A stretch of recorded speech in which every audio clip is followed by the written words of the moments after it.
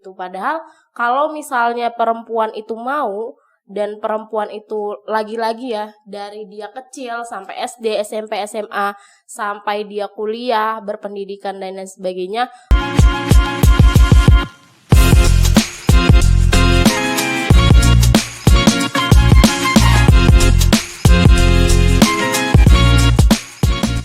Shalom teman-teman semua, kembali lagi di podcast GMKI Cabang Balikpapan.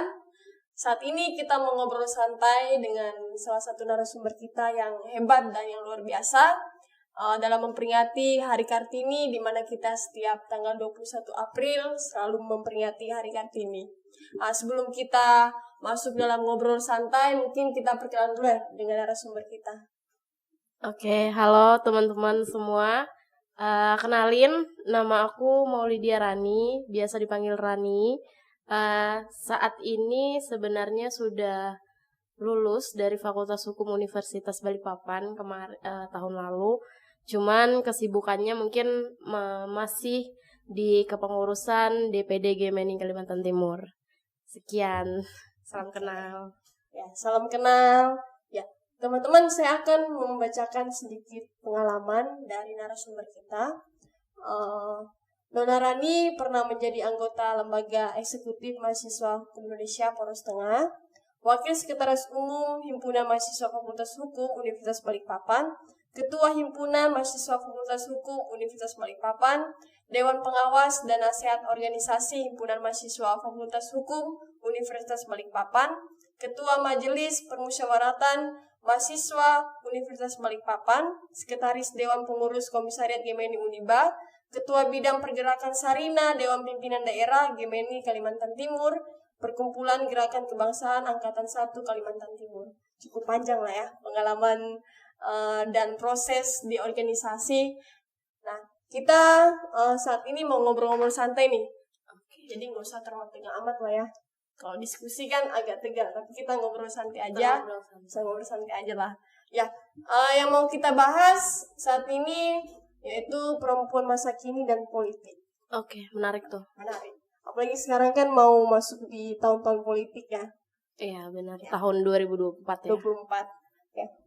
Mau nanya nih, pandangan mengenai perempuan sekarang gimana sih?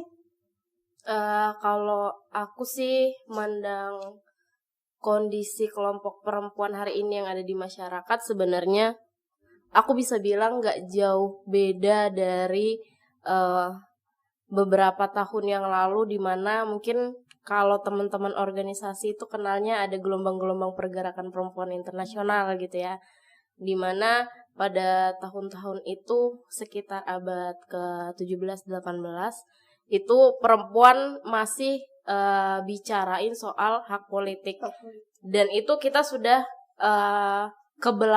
jauh ke belakang berabad-abad yang lalu. Nah, hari ini juga kalau misalnya kita ngomongin perempuan dan politik juga, aku pikir hak-hak atau kondisi perempuan atau kondisi perempuan dalam hal politiknya itu belum secara maksimal lah diberikan oleh masyarakat sekitar dan juga diberikan oleh negara gitu. Karena kan kita bisa ngelihat bahwa hari ini perempuan mau nggak mau masih dalam kungkungan budaya patriarki. Dan budaya patriarki juga enggak kita tampilkan bahwa budaya patriarki hingga hari ini masih ada loh, gitu kan. Apalagi mungkin tidak cukup familiar dengan teman-teman di luar dari organisator yang tidak berorganisasi. Mungkin teman-teman perempuan sepantaran kita masih menganggap budaya-budaya patriarki itu adalah budaya-budaya yang itu normal kok terjadi di masyarakat. Memang perempuan itu di bawahnya laki-laki. Memang perempuan gak bisa tuh jadi ketua, gak bisa tuh jadi pemimpin, kayak gitu-gitu loh. Jadi mungkin masih banyak teman-teman perempuan yang beranggapan kayak gitu di luar sana. Apalagi secara lebih jauh kita bicara soal hak politik kita sebagai warga negara. Misalnya kita berhak untuk dipilih dan memilih. Nah, konteks dalam hal untuk dipilih, hak untuk dipilih itu kan berarti kita sudah bicara ke dalam kontestasi politik yang lebih serius. Nah, bagaimana sih perempuan hari ini bisa memiliki kesempatan yang sama dengan katakanlah bacalek dan bakal calon presiden dan bakal calon legislatif dan lain sebagainya? Apakah jumlah kelompok perempuan dengan kelompok laki-laki sama? Jelas tidak. Dan itu sangat jauh sekali. Jadi ya menurutku bagaimana sudut pandangku melihat kondisi perempuan hari ini sebenarnya nggak jauh berbeda dari berabad-abad yang lalu, di mana perempuan hari ini juga masih memperjuangkan hak-hak itu, gitu sih kalau aku. Itu berarti pandangan mengenai perempuan terhadap politik ya? Iya. Oke. Kalau terkait pandangan mengenai perempuan dalam berpolitik, apakah udah ideal untuk saat ini? Kalau menurutku ya itu tadi sih belum ideal ya. Masih dalam ibarat kata kita itu masih balita lah, masih harus merangkak untuk memperjuangkan hak itu gitu. Hak perempuan. Oke. Sorry. Nah jadi kalau misalnya kita bicara soal bagaimana sih kita bisa meraih hak itu dengan sepenuhnya, dengan ideal kan tadi, menurutku kita juga masih banyak banget PR. Dan PR ini nggak cuma menjadi PR dari kelompok perempuan aja, tapi juga sebagai satu entitas masyarakat yang utuh kan ada laki-laki dan ada perempuan gitu kan, secara jenis kelamin. Nah jadi menurutku masalah perempuan dalam hal ini politik dan lain sebagainya yang tidak ideal itu menurutku juga menjadi masalah sosial yang harus diselesaikan bersama-sama baik laki-laki maupun perempuan. Kayak gitu, jadi harus sama-sama apa sih masalahnya, apa sih, apakah tidak mendapat kesempatan yang sama, apakah tidak diberikan ruang, diberikan waktu, diberikan wadah untuk berekspresi yang sama dengan laki-laki dan lain sebagainya. Jadi itu harus dikerjakan dan diselesaikan solusinya bersama-sama dengan teman-teman laki-laki juga. Karena kan kita juga butuh pandangan ya dari teman-teman laki-laki. Benar. Oke. Terkait bicara soal politik, kan kita ada diatur tuh tentang 30%. Nah, apalagi menuju tahun politik ini kan 30% masih dipakai nih. Nah, apakah memang perempuan masih dinilai dengan porsi segitu, atau kalau bisa setara aja gini, nggak ada persen-persenan ya kan, laki-laki dan perempuan sama-sama bisa di dunia politik gitu. Oke, iya. Jadi kalau aku ngelihatnya ini kan ada termaktub di dalam Undang-Undang Nomor 7 tahun 2017 ya, tentang pemilihan umum, di mana untuk suatu partai politik itu bisa ikut berkontestasi dalam pesta demokrasi kalau misalnya di dalam parpolnya itu memenuhi minimal kuota 30% anggota perempuan kan gitu. Nah, tapi kebijakan yang sebenarnya merupakan kebijakan afirmatif ya dari pemerintah supaya ayo dong kelompok-kelompok perempuan nih sudah diberikan minimal. Jadi ada parpol-parpol itu ada usahanya dan lain sebagainya. Itu sebenarnya secara afirmatif itu bagus. Cuman di lain sisi kalau aku pribadi ngelihatnya kenapa sih harus dibuatkan angka minimal itu gitu. Padahal kalau misalnya perempuan itu mau, dan perempuan itu lagi-lagi ya dari dia kecil sampai SD, SMP, SMA sampai dia kuliah, berpendidikan dan lain sebagainya, kalau misalnya porsi yang diberikan oleh masyarakat itu antara laki-laki dan perempuan itu sama, pasti perempuan juga nggak butuh tuh angka minimal kayak gitu. Malahan hari ini mungkin efek domino yang bisa kita lihat adalah banyak tuh parpol oknum parpol atau mungkin beberapa parpol gitu ya kita bisa bilang, walaupun nggak semua, banyak yang hanya membuat 30% itu kemudian menjadi angka formalitas aja. Jadi kita nggak bicara soal kelompok perempuan yang memang benar-benar berkompeten untuk berbicara soal kebijakan di dalam situ. Jadinya hanya ya mungkin kekuatan-kekuatan orang dalam ya kalau bisa kita bilang, dinasti-dinasti politik dan lain sebagainya yang masuk ke dalam lingkaran-lingkaran partai politik itu. Jadi alat partai politik sebagai alat untuk menciptakan sebuah kebijakan yang mensejahterakan masyarakat, jadinya juga menjadi tumpul gitu, karena orang-orang yang di dalamnya, misalnya dalam hal ini konteksnya perempuan, itu juga nggak berkompeten atau mungkin memang kapasitasnya tidak di dalam partai politik tapi dipaksakan untuk supaya partai politik itu bisa lolos, bisa bergabung. Gitu sih kalau aku lihat. Oke. Ya, terkait politik mungkin tidak terlalu panjang kita bahas karena kan kita mungkin dengar politik dari media atau teman-teman biasa bahas soal politik karena kita sama-sama belum terjun politik nggak sih? Iya betul, kan? masih kecil-kecil. Oke.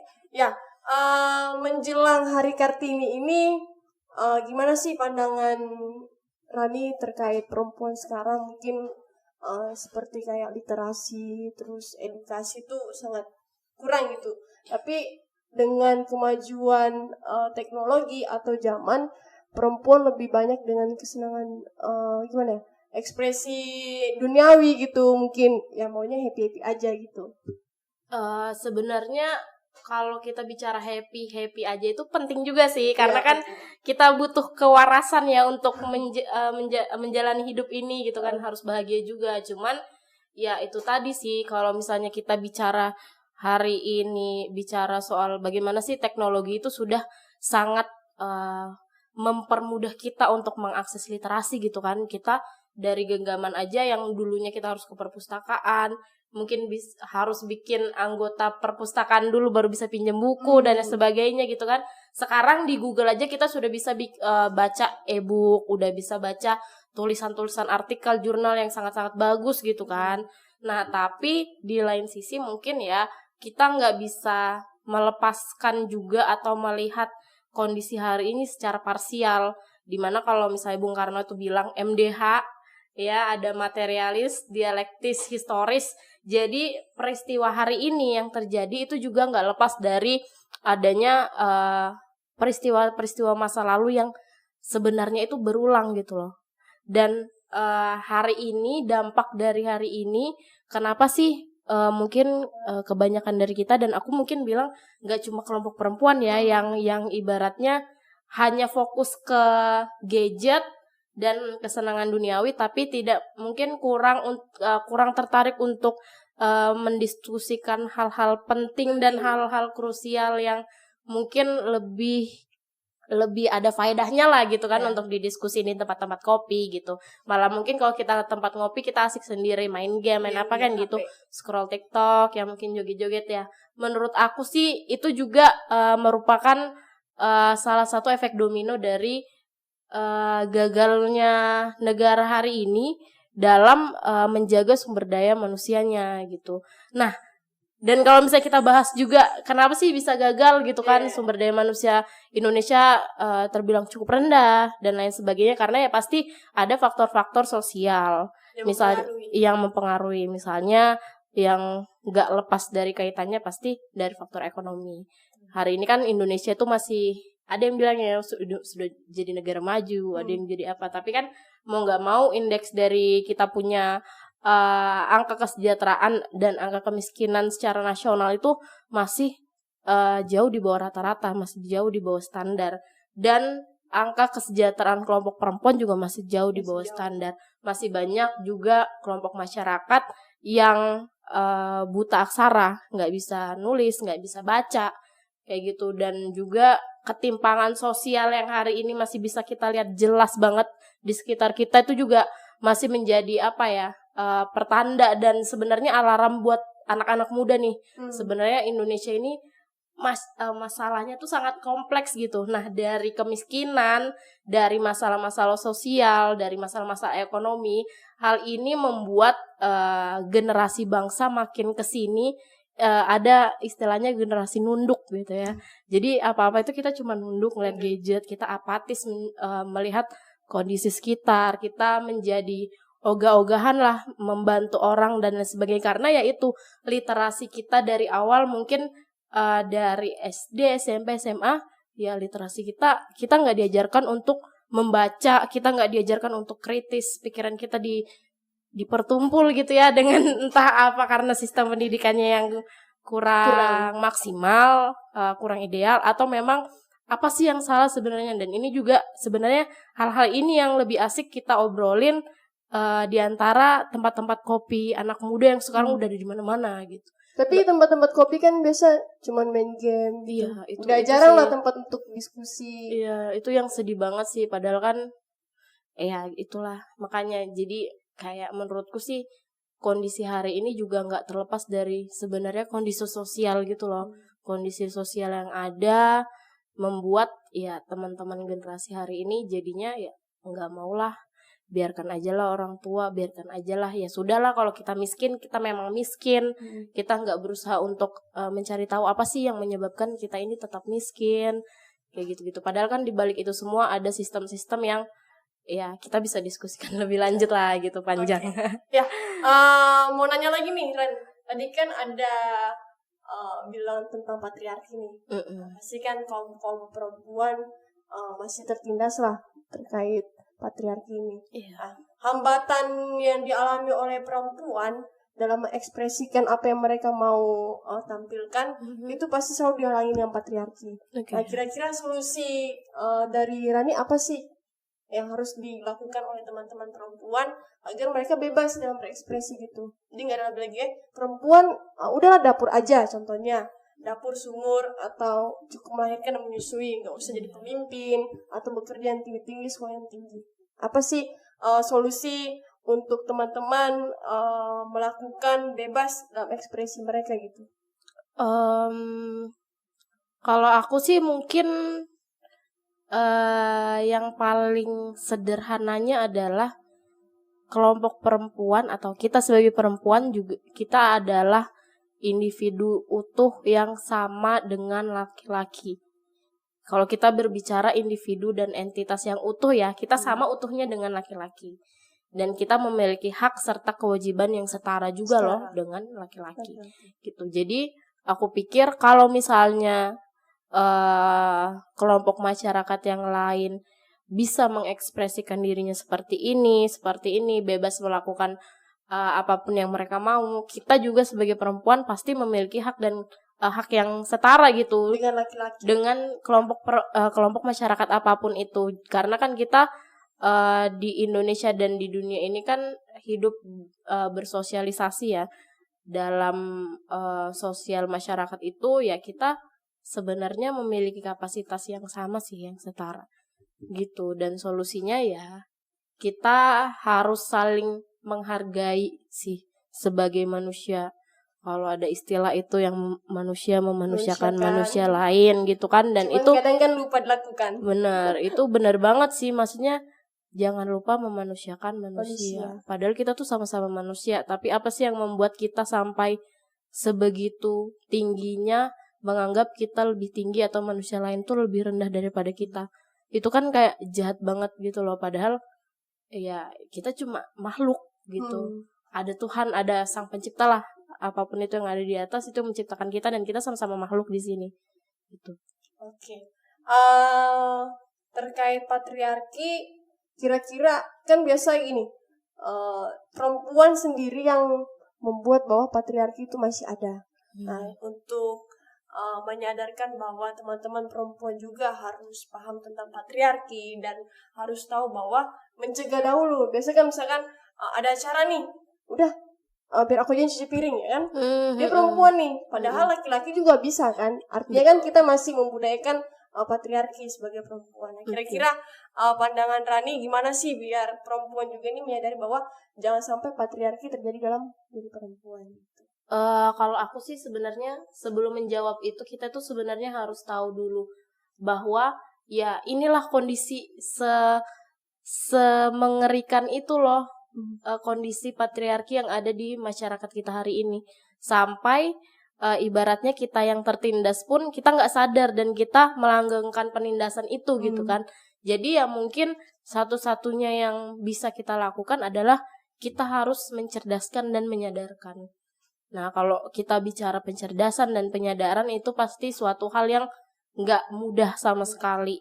Untuk orang yang misalnya kadang nggak cuma perempuan sih sebenarnya, cuman dalam hal ini misalnya kita berbicara dalam konteks perempuan, ada kelompok perempuan, teman-teman perempuan yang misalnya sudah hidup dengan berkecukupan lah secara ekonomi, secara sosial, secara material gitu kan, dari kecil sampai besar. Setiap apapun yang dia mau dia lakukan dan dia menganggap hal-hal itu ya sebagai porsinya perempuan, ya laki-laki yang sebagai laki-laki di tempat umum, perempuan cuma kasur sumur dapur, tapi aku bisa dapat uang, dapat apa kayak gitu kan. Nah mungkin teman-teman perempuan yang sudah hidup seperti itu akan sangat sulit disadarkan, ibaratnya bangun deh kamu itu harus sebenarnya kamu tuh harus belajar yang giat, kamu tuh harus pinter juga loh, kamu nggak boleh cuma minta uang sama laki-laki gitu kan. Kamu bangun deh, kamu harus bekerja sendiri, kamu harus bisa menghasilkan uangmu sendiri. Padahal sebelumnya dia bisa menghasilkan uang itu dari orang tuanya, dari suaminya dan lain sebagainya gitu. Jadi ya pasti sangat sulit gitu loh untuk menyadarkan orang yang sudah hidupnya enak, baru kita sadarkan sadar kan kamu harus bangun, harus berjuang juga gitu. Ngapain aku ikut berjuang, kan aku udah enak. Nah kayak gitu. Jadi kita juga kalau sebenarnya bicara soal kondisi perempuan dan masalah perempuan itu nggak bisa kita lepaskan dengan kaitannya dengan masalah-masalah ekonomi dan masalah-masalah sosial, karena itu sangat berkaitan lah ya. Gitu. Jadi yang bisa kita lakukan ya harus mencerdaskan untuk kita yang sudah sadar nih kalau ada loh budaya patriarki, ini salah loh, ya kita harus mencerdaskan dan menyadarkan sesama perempuan. Kayak gitu sih. Saling membagi pengetahuan lah ya. Iya. Oke. Cukup panjang diskusi kita kali ini. Mungkin sebelum kita closing statement, ada mungkin yang mau disampaikan untuk perempuan di luar sana, bagaimana kita memperingati Hari Kartini, apa sih yang mau teman-teman capai sebagai perempuan? Apalagi kan tadi kita udah bahas nih tentang patriarki yang selalu ada dalam dunia perempuan, sehingga kita menghambat untuk mengekspresikan diri kita sebagai perempuan. Terus kita juga dalam menyambut tahun politik ya, bagaimana perempuan juga bersuara tentang isu-isu yang ada, apalagi menjelang politik. Nah, kira-kira closing statement dari Rani?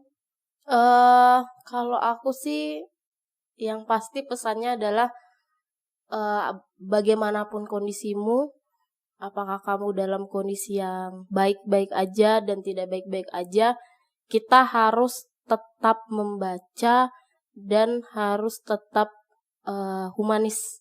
Artinya humanis itu kalau Bung Karno mengajarkan kita itu harus memanusiakan manusia itu lagi loh.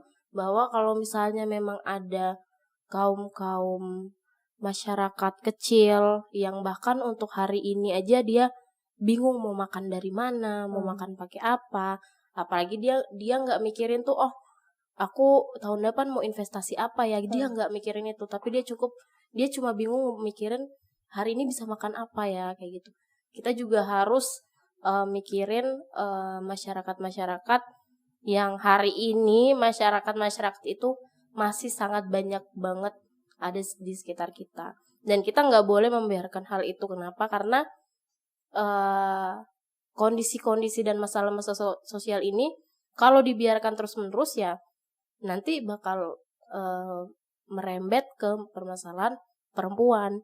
Literasi yang kurang, literasi yang minim itu juga membuat pupuk dan makanan yang sangat enak buat budaya patriarki gitu. Karena dengan minimnya literasi, budaya patriarki yang sorry to say ya, mungkin banyak laki-laki yang menjadikan budaya patriarki ini sebagai alat untuk menindas perempuannya gitu ya.